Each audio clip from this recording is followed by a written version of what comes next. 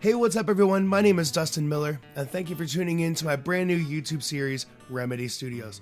The entire purpose of this channel is to show those of you who are new to recording that you don't need to buy a $10,000 microphone. You don't need to buy a $20,000 mixing board to get the sound that you want. Most of the things that are in my studio, and I'm in my basement, this is nothing like what a real studio should be. Most of the things I found either in the trash, I went to yard sales, and there are things that I've acquired through being in bands over the years, and these were just things that were left behind at our practice space. So I just took everything that I could, and I had all the stuff laying around. I was like, well, why don't I just try to hook all this stuff up to my computer and see if it works? And it did. I used to work for a company that I would take electronics apart, and people were cleaning out their basements, and I found a compressor gate and an expander gate over here by DBX and LTO for nothing. I got them for nothing. People were throwing them out, and I was just curious, does this still work? I hooked it up, and lo and behold, my guitar sounds better than it ever did. So don't be afraid to go trash hopping or go to yard sales. You never know. This guy's amplifier may be your new favorite amplifier. Maybe he doesn't like it anymore. Maybe he's getting rid of it because it's just collecting dust and he doesn't use it anymore. Well, that could be your brand new amplifier and the best sound that you've ever gotten. The thing with music is, sound is an opinion.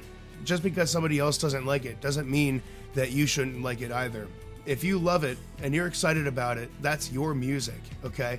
So let's get into what my music studio actually entails. What am I using in my studio? The cheapest equipment that I can find, what I got the price for, how much is my studio actually worth. So let's get into it. Alright guys, so now that you can actually see what's behind me in my studio, I'm going to go through certain pieces of equipment and tell you what was free and what wasn't, okay? So this line 6, this was $30 at Guitar Center. This 266XL compressor gate from DBX was free. This LTO gate, expander gate was free. This was free. This, I used to be in a band and we broke up and we said we were going to come back and pick up our stuff later, and it was months later and this was still there. So I took it. The TV screen / computer screen was free. The keyboard was free. The Logitech wireless mouse was free. The microphone was $99 at Guitar Center. You don't ever want to mess with your microphone. This is the heart and soul of the sound of your studio. If you don't have a good microphone, it's not going to sound great at all. So I would suggest definitely spending as much money as you can, depending on your budget, on your microphone. Last but not least, these Sterling Studio speakers. They sound really good. These are the mid-size ones. They have smaller ones, but these pack a punch, and it's incredible. It gives you a nice, great, clear sound. Whatever you're listening to on these is what you're going to hear in your car for the most part. And that's where most people listen to the music, is in their car or in headphones. Also, by the way, headphones, these were $20. I picked those up here at a yard sale. So most everything in here was free. Okay, there's only a couple things that I spent money on. So that just goes to show you don't need a $2,000, $3,000 microphone to get the sound that you want. I have really good sounding recordings using the program that I use, and that's what I'm going to explain next. It's called Mixcraft Pro Studio 8. Let me flip the camera around. Alright guys, so this is Mixcraft Pro Studio 8. This is the 32-bit version. Right now my track is untitled because I'm not finished with this video yet at all. But thank you for tuning in to Remedy Studios. But either way, so this is my wavelength right now as I'm recording, and you want it to be right about there. You can see the lighter red areas are my voice, and the darker red area, that's the amount of loudness, the amount of volume that would be allowed before the microphone is overexposed, and it would just sound like and it sounds horrible.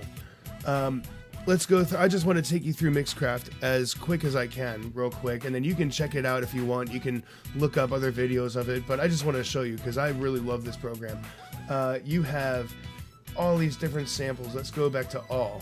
Bassoon, bell, bouzouki, cello, chimes, choir. You have the electric guitar, the ensemble, fiddle, flute, French horn, different sound effects. You have the harmonica, and you can also get different packs and download all these different samples. We have 7,958 samples all together, and it just comes with the program. These samples, none of these I externally downloaded. Let's go to the effects real quick. The effects is one thing that everybody loves to use. So Acoustica comes with Acoustica's own versions of their sound effects. There's the Acoustica chorus, compressor, delay, distortion, EQ, flanger, reverb, and those are all done by Acoustica. They do their own sound effects. And then there's also the classics, the classic chorus, classic delay and EQ, reverb, phaser, etc. Going down, we have the Shred Amp Simulator, which is one of my favorites. The Treble Cream, I don't know what that does. Time Machine, I haven't really messed with that yet. Vocal Snap and G-Tune or G-Snap Pitch Correction, those are auto tuners. They are automatic. So whatever you're singing in, you just set the key and they will automatically tune you to that key. Or one thing that Mixcraft now does, if I were to stop this track right now that I'm doing and then click on it and you go to sound, Melodyne is integrated into Mixcraft now, so you can mess around with auto-tune manually within the same project. You don't have to save the project, copy this track, export it to Melodyne, and then import it back into Melodyne anymore. It's all done within the same program, so that's nice. Definitely check out Mixcraft Pro Studio 8. There's much more that you can do with this program. I just took you through a couple of the things, but you definitely want to check it out for sure. Alright guys, well that's it for this studio session. I hope you guys had a lot of fun, and stay tuned for many more videos because I'm really excited.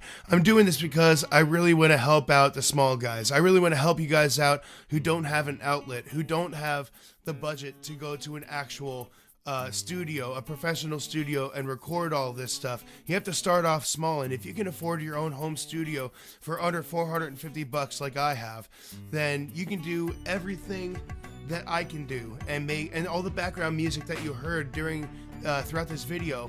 That was all me. That was just one of the songs. I just repeated it over and over again throughout the video because I don't want to give too much away just yet. There will be some songs that I'll be working on live, and I'll be giving you tricks and tips here and there. I'll be working on bass guitar playing and how to put some more flavor into your bass playing and how to put some more flavor into your bass sound when you're recording. Your guitar, your vocals. I can take you into drum machines and make it sound like somebody came to your house and drummed. Somebody hit the pigskins in your basement in your recording studio. How would you say that? What's the past tense of drum? Somebody drammed. That works. Well, you guys get it. I'll see you later. Peace.